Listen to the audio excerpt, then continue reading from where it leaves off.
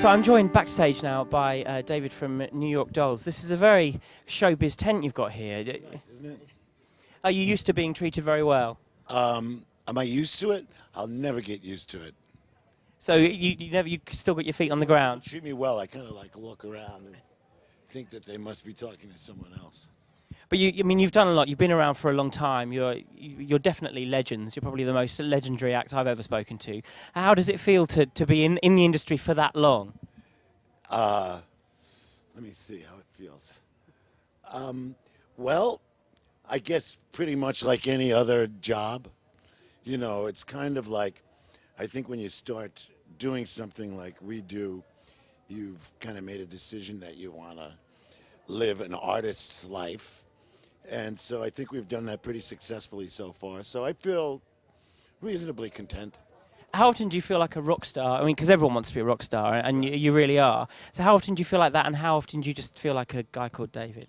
Usually, like, you know, on stage, you know, it's like we used to have this commercial in the States where the guy, Robert Young, who had a TV show called Marcus Welby, MD.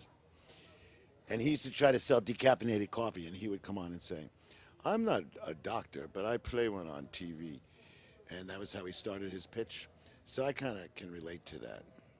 So you're not a rock star, but you play one on stage. You know, when you're on stage, you're like, kind of like a rock star, I guess. You know, I mean, I don't know if there's certain iconic things that are considered like rock starry. You know what I mean? But they didn't have them when I was a kid. So what's the most? That was like the Kinks and stuff. What's the most rock starish or diva-ish thing you've ever done? Have you ever kind of almost embarrassed yourself or thought that was a bit out of line? I have a great capacity for embarrassing myself. It's infinite. It never gets easy to kind of toe the line.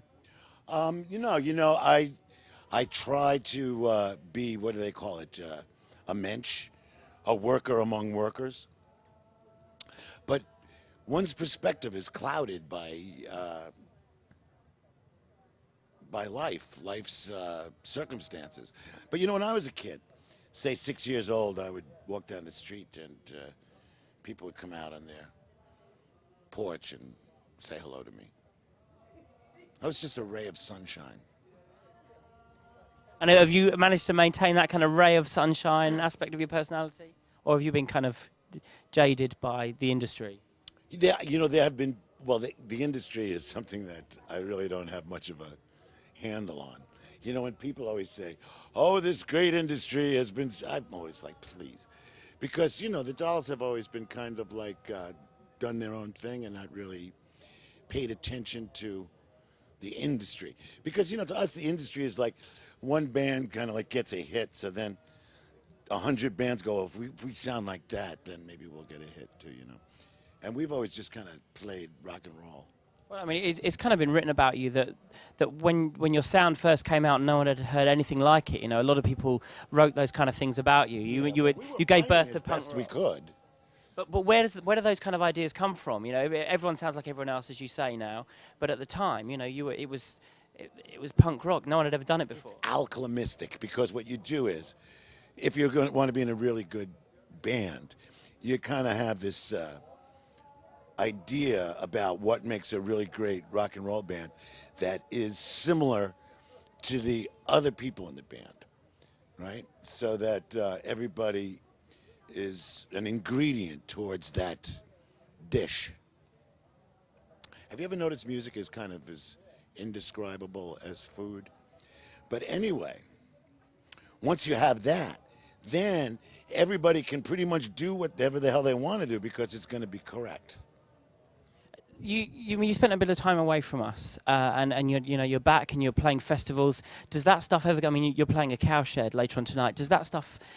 Do you ever get tired of that, or is the thrill of live performance always the thing that keeps you going? You know, it's really fun to play with the band, right?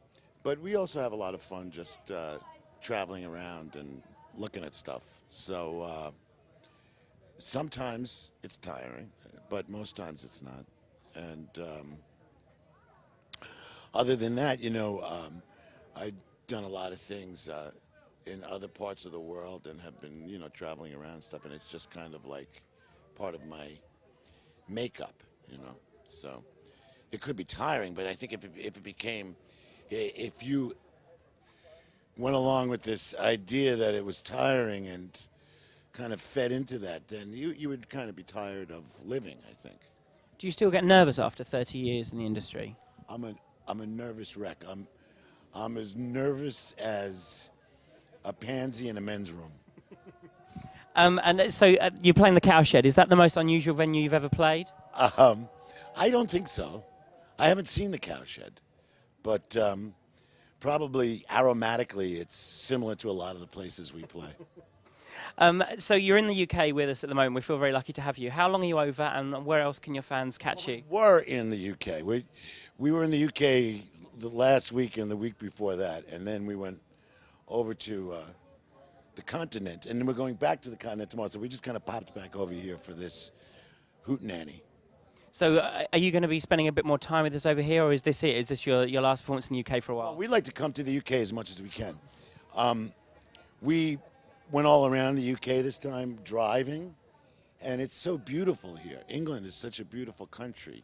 And apart from the traffic jams. no, but I mean just driving around from out in the countryside. We went from Glasgow to, I don't know, Manchester or someplace, and we've been zigzagging around, and it's just really nice here. Nice to look at. Well, I'm glad you like it. It's really great to have you in the UK, and I'm really looking forward to seeing the show tonight. Thank you. Thanks for your time. Cheers.